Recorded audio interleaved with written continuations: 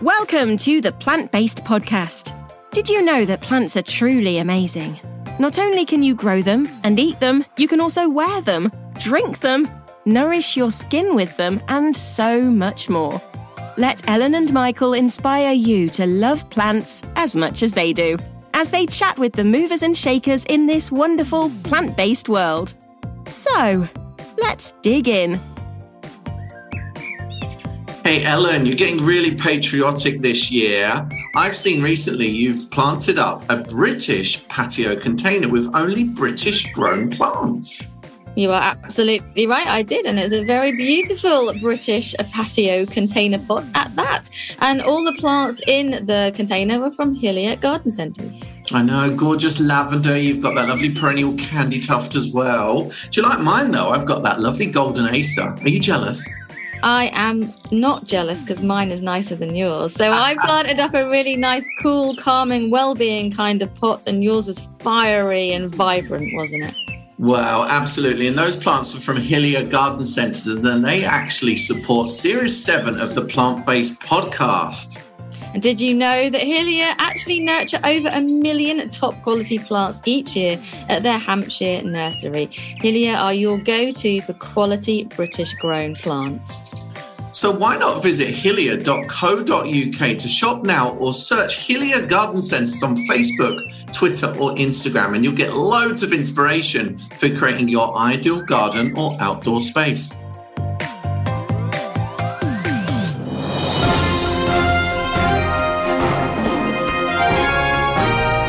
Welcome to the Plant-Based Podcast News. Your horticultural news roundup for the week.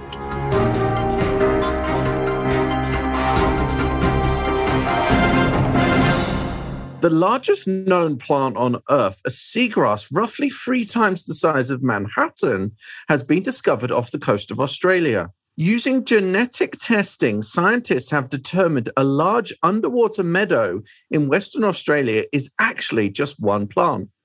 It's believed to have spread from a single seed over at least 4,000 years. The seagrass covers 200 square kilometres. Researchers from the University of Western Australia said that's one small stem for a whole plant and one giant leap for plant science. A 16-year-old who began working as an apprentice gardener at Calderstones Park has now clocked up an amazing 50 years of service in the job. John Warren started at the park on November the 15th, 1971, and today he is still there. He has a tree named after him in the South Liverpool Park in recognition of his remarkable achievement, and has also received a 50-year service medal from the Royal Horticultural Society.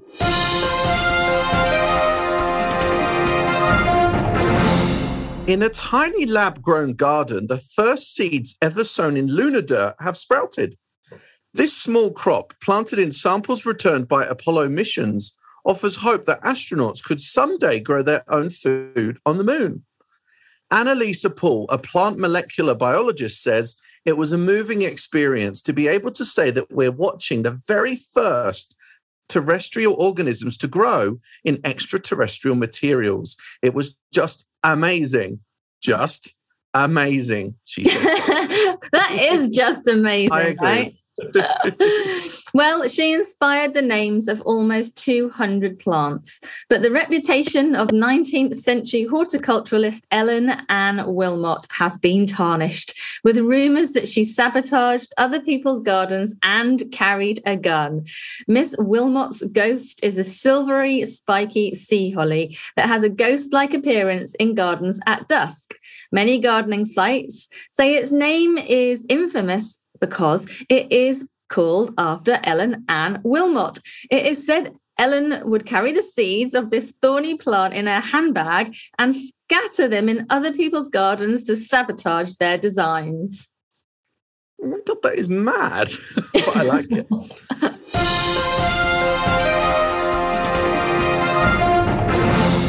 Also, rising food prices could put even more pressure on waiting lists for Scottish allotments, according to a gardening charity. The Scottish Allotments and Gardens Association said many people were already facing waits of 10 years or longer for a plot. Vice Chairman Richard Crawford believes the rising cost of food will further increase this interest in allotments. The scientists have developed a technique that could prevent diseases in plants, including one threatening bananas. Professor Juliet Hibbard from the University of Cambridge said, at the moment, there's a disease that infects bananas' roots. And if we could graft disease-resistant roots onto a banana, that would be a potential solution. And grafting involves taking a shoot from a vulnerable plant and placing it onto the root of one that is disease-resistant.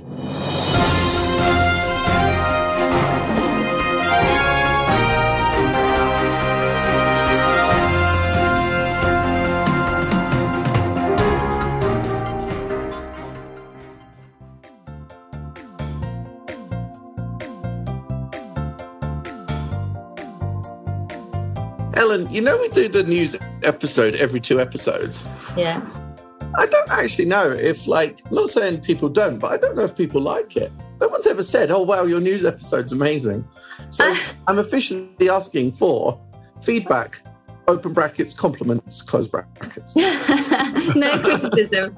Yeah. I've had a few messages where... Have you? Yeah, people have actually said, I listened to your news episodes and I wondered where you get your news from. Really? They would like more horticultural news. So where do they get that news from? And I'm literally like, Google. Other search engines available. But just Google. I guess there's not many places that would bring it all together in that way, is there? So, no, not at all. But yeah, we'd love feedback. That would be great. Yeah, defo. Please, please, please. How are you? So since I last seen you, you've been in Wales in a tent, I believe. Mm-hmm. TP, to be precise. I went to the Big Retreat Festival. And fortunately, I was there mostly on the day when it didn't rain. So I think one day they had really, really heavy rain. So I got the best of it, really. It was beautiful blue skies and there was just lots of yoga going on. And there was laughing yoga, which was just really funny. Cool. I'd be good at that. No, I didn't, because actually the laughing yoga was on when I was talking. Did you think they were laughing at your talk? Yeah. And also when there was another yoga session on which I did join in. So there was loads of things going on in one go. Cool. And there was some kind of singing yoga. There was breathing exercises. There were arts and crafts. There was tons of stuff for kids and food and wild swimming. It was good. And I done my talk about, it was called How to Grow a Garden, but that for me is also growing with your garden. So there was a lot of well-being and kind of how to link your well-being to activities you do in the garden. So, it was really nice. And I'll tell you someone who I met. I met Marianne Boswell. Mm-hmm. I've heard the name, but... Marianne Boswell is an award-winning garden designer. And it's funny when you see someone on Instagram or socials or whatever, and I don't suppose I'd formed an opinion of her in any way, but she wasn't at all like I expected. And when I saw her, she said, you're much smaller than I thought you would be. You are quite pocket-sized, though. And I said, you're much taller than I thought you would be. You can't say bigger, because that means you're being fat. She's definitely not bigger. She was taller. She's quite statuesque, she has a vibe about her, which is really amazing. She was talking about energy and the earth and how, cool. It was very, very cool talk. So I met her, which was really nice. And stayed in a teepee that was boiling hot in the day and killed all my food and freezing cold at night and got everything wet. Oh, no way, darling. Oh. Was it by the coast? It was by the water, right? It was right by the water. It was absolutely beautiful. And, cool. On our episode last week, I was mentioning that I was going here. And I said to you, the only time I've ever been to Wales is when I went to Tenby when I was 16. So on my way back, I went to Tenby to have a little look around. That's always cool to see something you haven't seen for I don't know, for you it must be like 50 years. Yeah. It feels like it. But I'll tell you what, it's so much nicer than I remember as a 16-year-old, you know, like it's lovely. But I think when you're 16, you don't look at places in... No, you don't. Not for their beauty, you don't, do you? And but I have to just say, I then told my husband about it, and he was like, Ellen, you went to Wales like 2 or 3 years ago or whatever. He said, my husband done a charity bike ride from Great Yarmouth all the way across the country to Barmouth.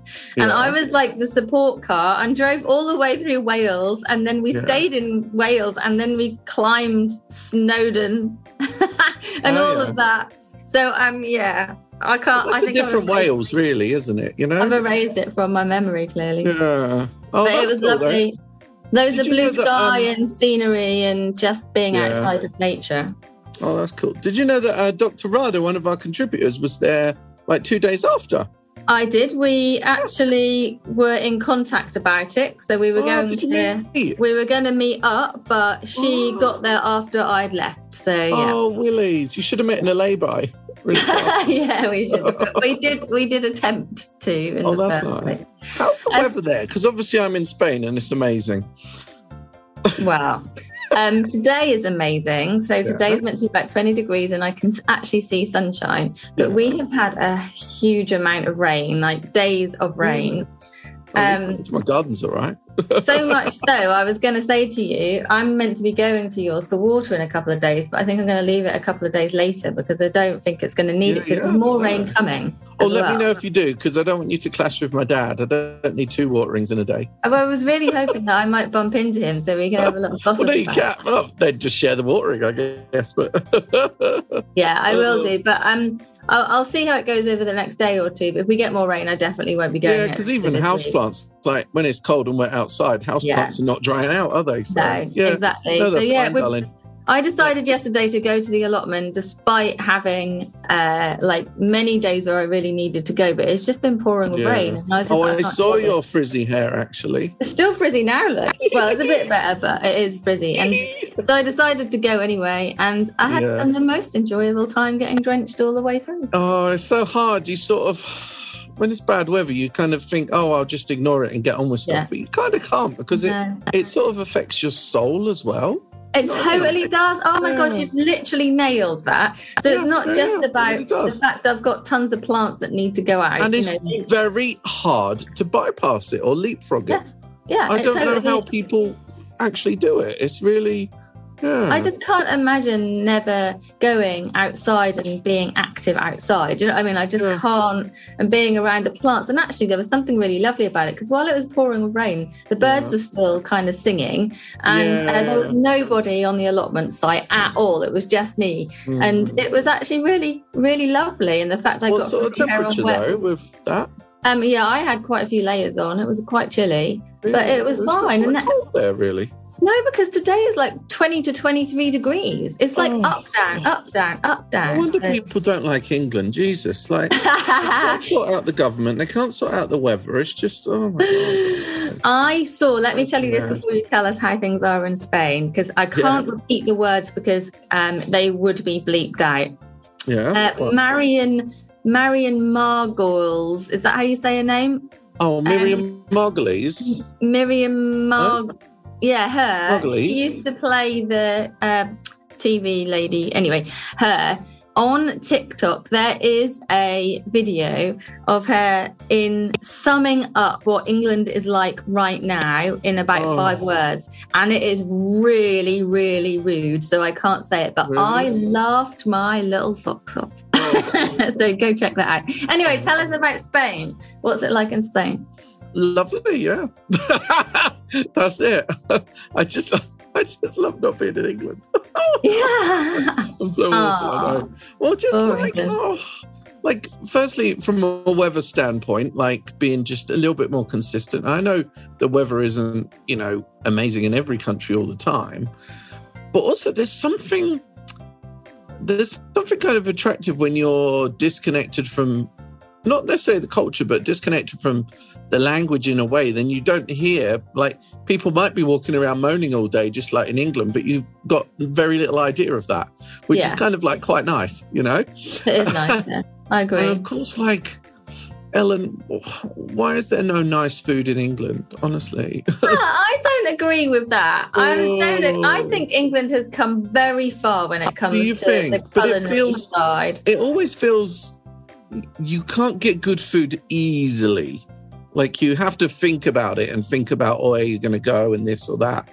No? I don't know. Maybe it's because you live in Ipswich. Whatever. No, but even to connect that to London, like, yeah, you could get good food, but just not in such a casual manner. It would then be a kind of more of a then sit-down meal. You couldn't just grab something really nice and quick off the streets and know that it would be pretty much delicious and just... No, I don't even mean the word effortless. What do I mean? Just kind of... Do you mean on the go? Like food on the go? Not necessarily on the go, but just... It's just simple and nice and effective. Yeah. But you know what? That's what we go on holiday for. We go on holiday to sample the different foods and the temperature. I'm not on holiday just to have good food. I don't want to live my life like that. What are you on about? It looks like you do. Well, only because I can't get it where I live. But that's what I'm saying. One of the reasons why we go on holiday is I don't know, Ellen. You know me. I'm not a fan of the compromise. We want to sample some food, and we want the sunshine, and we want to experience different cultures. Take a nice picture of me while I've got this on my head. You want me to take a picture of you with a pillow on your head? Because I just thought I looked nice. You look really silly, but okay. Silly, honestly. So anyway, that's nice. But we're so funny. We've got such a short attention span. We're going to stay in like... what do you call it? A villa. A villa which has a pool, and we were there on the weekend, and then we were like, I might be there like maybe 5 or 6 days, but then we're like, we kind of always want to be on the move, so we're kind of like, it was really lovely there, but we want to see something else and kind of try and always explore as much as possible in the time we have. So now we're in Morea, which is like a kind of not even really a mountain village, but kind of like a village like on a mound.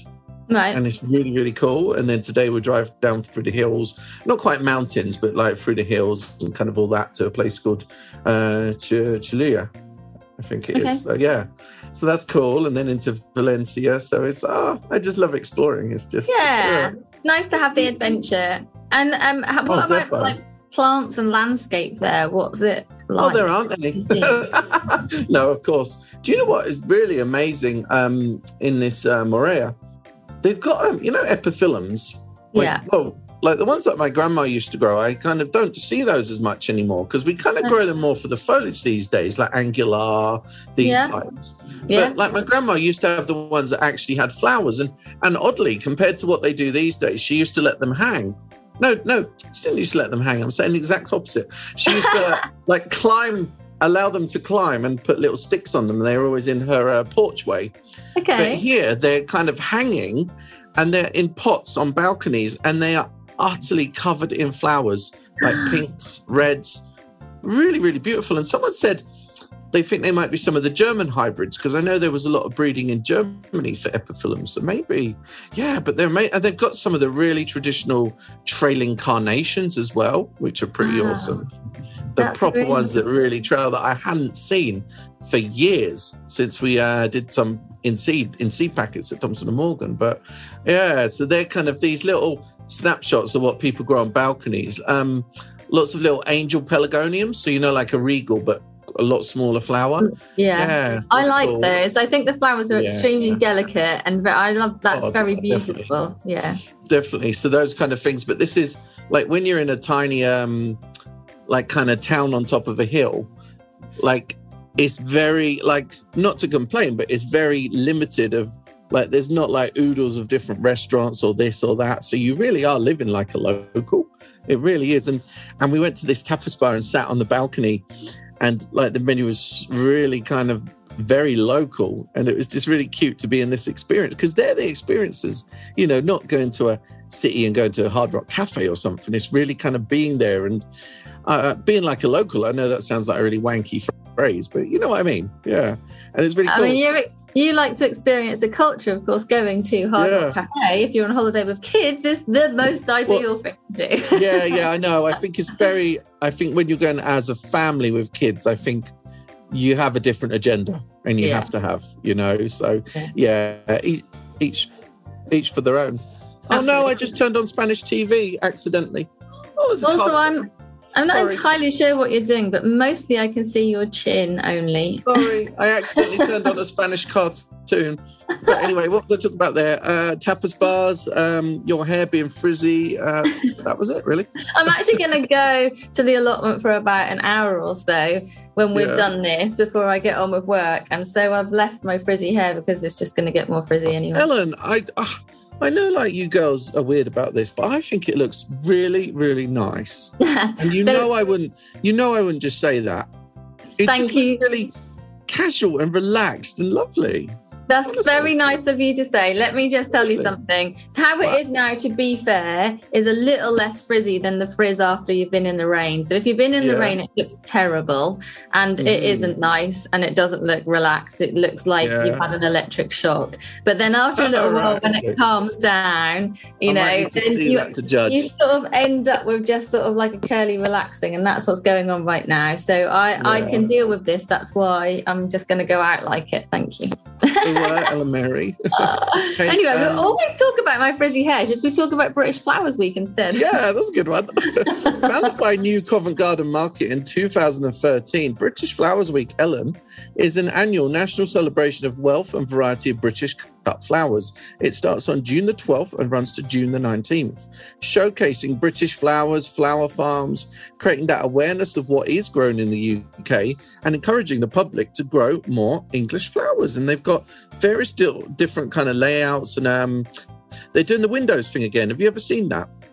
No. They do the British Flowers Week windows, and you kind of decorate your window kind of to show lovely British flowers. There's a few pictures here from years gone by. Someone's got little tiny vases like the milk bottle ones suspended in their windows. That's pretty cool. Let me show you mine, Michael. Oh, wow. So yesterday I came back from the allotment with some of my very own British flowers. Oh, are you going to take part? Look at these. So we've got these. God, that colour palette is gorgeous, isn't it? The delphiniums, poppies and peonies together just look absolutely divine. That is darling. But there's some really cool. Have a little look on BritishFlowersWeek.com website. There's a fireplace there covered in vases. It's really nice to show different ways that you can do this, even if it's just simple. I love to put flowers in old kind of coffee canisters. Like Illy, what you get the ground coffee in. And I think they look really cool, actually. Yeah. I do. I actually got one from Pretty Cactus Plants from Donna, who's been a contributor for the podcast before. And it's like a turquoise blue with a yellow leopard on it. And it's really, really cool. And I think you can get really inventive. You don't have to buy vases or anything. Totally. You can just use kilner jars, even just old glasses, whatever you like. I found that with the coffee canister, I needed to line it, so I needed to put like a little cup inside, because sometimes they're not necessarily watertight, but as long as you seal them, then you're good. Wow. Yeah. So you can't see my screen, but there's a really, really gorgeous flower display where it's in a window, and it's almost like they must have, when you have like a windowsill tray when you have your seedlings in the spring, they must have filled that with some sort of like foam or chicken wire, and then they've made this display so it actually fits the width of the window. Nice. Different heights as well. That is gorgeous. I know that there's lots of events that go on for British Flowers Week as well. So there's virtual events online, there's face-to-face meetings as well. Mm-hmm. You can find out more at Market Flowers, which is on Instagram, and then using the hashtag British Flowers Week or hashtag New Covent Garden Market. And and you can get some inspiration from others and from the website as well. But I think it's absolutely lovely to celebrate British flowers. What we can grow in this country is really exceptional. Considering how like turbulent our weather can be on a daily basis. It's quite amazing what we can grow in our climate. Also, Ellen, I always find cut flowers are not always, they don't have to be that obvious. Do you know what I mean? Yeah. It could be, I love it in the winter when people cut stems of magnolia, for example, and, just random pieces of shrub. A couple of weeks ago when I had this bunch of nettles in a vase, it was like you couldn't go near it. Obviously, it needs to be somewhere safe. But like the candelabra of the nettles was just gorgeous. And I had some roses in the vase as well. So be inventive. It's not just about the flowers that you see in the supermarkets. I've done a video the other day and just saying you don't need a lot of cut flowers to have a display. I cut 3 stems of ladies' mantle, 3 stems of geum, and 3 stems of my rose St. Ethelberga. Yeah. And then I put 1 each into a tiny vase. So I had 3 vases with 3 different stems. It looks so pretty. And that's hard. Cool. You don't even notice that it's gone from the garden, you know? So Yeah, because that's what people worry about, isn't it, I guess? Yeah. But what I love is when we did it with the chicken wire at Malvern, that really showed me, because previously I just put it in a vase and they kind of all fall around and you kind of like, that doesn't look very full. But with chicken wire, you can allow each stem and bloom to have its own space. Yeah. But also I think it's like an Ikebana style one from Nawaki, which is you know, when you've got this little kind of piece of metal with lots of spikes in, so you can actually then arrange stuff upright in a spaced out manner. Yeah. I'm explaining it really badly, but I think you know what I mean. I know what you mean. Ikebana. Yeah, so listeners can look it up anyway and see what that sort of style is all about. Well, let's make sure we put a few links out on when we put our episode out on Sunday. Yeah. Good idea. Yeah, that's my way of telling you because you're on socials this week. I know. For anyone listening, we take turns on social. So Michael does it one week, I do it the next week, and so on and so forth. So that we do. Ellen, where by the time this podcast goes out, will we have awarded our Hillia giveaway of plants? We would have done, yeah. We will have done. So watch out on social media. Make sure that if you're a winner, you claim your prize because it's exciting. It is exciting. So, we had quite a few entries of, the cool colour palette or the hot and fire. I think it was around about even-ish, you know. Yeah, okay. That's cool. So, that's very good. Thank you to our sponsors, Hillia, of course, sponsoring Series 7. And then we will be back again next week with another awesome interview. Of course, yes. So what else you got on this week, darling? I am nailing... Writing. Do you know what? Do you write in your sleep? I feel like I do. Sometimes I dream about what I'm going to write. And do you?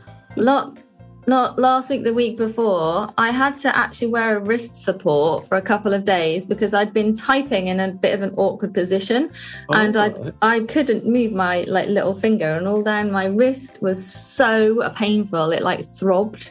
And I had to wear a wrist support. That's how much typing I do. Ellen, I know it's weird, but I guess it's hard when you're typing that sort of stuff. But sometimes if I'm doing like a kind of update blog or something for QVC or this or that, I usually do dictation. But I guess it's not easy, the type of writing you're doing, to dictate, is it? It can be tricky because the majority of the typing I do is for marketing agencies or, garden businesses where I write SEO or any kind of you're processing words rather than writing, I guess. Yeah. And so you have to think about the SEO and how that links. And sometimes you have to give reports about the article and how much reach that should give because you've used certain keywords and And so it's quite difficult to dictate it. So I can literally very advanced, Ellen. Thousands and thousands and thousands of words in a week. And my wrist gave up. Well, at least that's keeping you busy and you're not causing trouble somewhere. Like you in Spain. Oh, ding to the dong. But do you know what? I love when you're away seeing how your garden's changed when you come back. Because when you look at it day to day, you don't always see that. So, I'm excited. But then after I'm back, I'm off to Holland within about 36 hours for the flower trials where all the new products are shown. And how long will you be away in Holland for? I think about 6 days, 6 or 7 days. Okay. So that's going to be really cool. So what goes on at the flower trials? Tell us what goes on at the flower trials. Well, it's kind of it's at trade level, but obviously I'll be doing different social media and showing to the public as well. But lots of different plant breeders open their doors and kind of basically put on displays of what they grow, similar to when we went to Bull Colgrave a couple of years ago. Right. You and I, Ellen. Yes. And it's always really interesting to see also how they promote them because they give different ideas of how you can then promote them in garden centres and kind of the POS and stuff like that. And just kind of see sneak peeks of what's coming up and meet a lot of people you know. And there's always nice little kind of promotional things there, little trinkets that they'll give you, nice food. You know, it's hard work though, because there's about, some are on one site, but there's about 60 different places to see. So you kind of like, you've got this map and you kind of like go around and like, you can literally be doing it all day long. And you, again, like with Chelsea, you're talking to 100 different people as well. So, yeah. And you always come away and realize you've missed something. I know. It's impossible. But yeah, so we'll see as much as possible. But yeah, I really love that sort of thing. Amazing. And seeing what's new and just kind of talking about ideas. I love ideas, Ellen. I think I'm addicted. I've seen the most amazing idea for kokedama online. Okay. What? I'm not going to tell you yet, actually. Okay. Because you're going to do it and show everyone. It's really cool. No, it's someone's made a product, basically, and it makes kokedama really easy. And like, I think it's very exciting, actually. Yeah, I just need to check out how to actually make it, how to actually use it and stuff. But will it actually retain the moisture? Because that's my main bugbear about kokedama. Well, I think it really will, actually. Yeah, I just need to have a bit of a play around. But yeah, I think it's really, really nice, darling. It's great to hear innovative new products for horticulture. I know. I'm going to do, I did these alpine stacks that I worked on with Perrywood a couple of weeks back. Yeah. You know, these kind of stacked up pots. I got a wildlife one I'm doing as well. But I'm actually, maybe not next week, but the week after, we're doing a really cool project to kind of blend, you know, everyday annuals, you know, things like your petunias, your calabash, stuff like that, with things like heucheras and perennials that have really decorative leaves and stuff, because, you know, annuals get a bad rap because, they're not sustainable, this and that. But yeah, of course, but you've still got a massive market there. People are still going to buy them. But why not pair them up with the things that you could class as more sustainable? So, you know, like I was inspired the other day. There was a picture I saw. It was some lovely purpley kind of pink petunia coupled up with a really metallic purple heuchera. And the combo was just delicious. And it really took the bedding plant, aka petunia, to another level. Nice. By mixing it with this kind of quite classy plant. And so I'm going to play around a bit, maybe do a few with ferns as well. Kind of, yeah. So that's quite excited about that. So yeah, love it. You always have all the creative ideas. No, but you did a really cool thing with the dried flowers recently. I've got another one coming up, actually, with the dried flowers. I think you're better with the cut flowers than me. Like, I'm really like, oh my God. I quite like playing with cut flowers, whether they're dried or like herbs or for little displays. I mean, I'm not good at it, but I just enjoy it. Do you know what I mean? So little kind of projects that are quick and easy, but then leave you with something that's really nice to look at. Like, did you see those kind of like test tube dry flowers that I done on my reel? Yeah. Oh, yeah. I can see them now, and they just look so good. It took me literally like 3 minutes to do it. Yeah. So I'm all up for projects like that. Oh, that's really cool, darling. Oh my God. So yeah, there we go. There we go. Thanks for joining me. And under your my pillow. Pillow kingdom. Lying down under your pillow. I'm going. Am I going or what?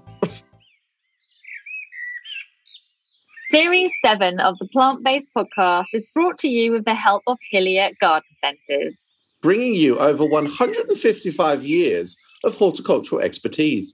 Shop their top quality British grown plants, both across their 19 garden centre locations or online. And to find your local centre or shop online, visit hillier.co.uk. Or search Hillier Garden Centres on Facebook, Twitter and Instagram for inspiration on creating your ideal garden.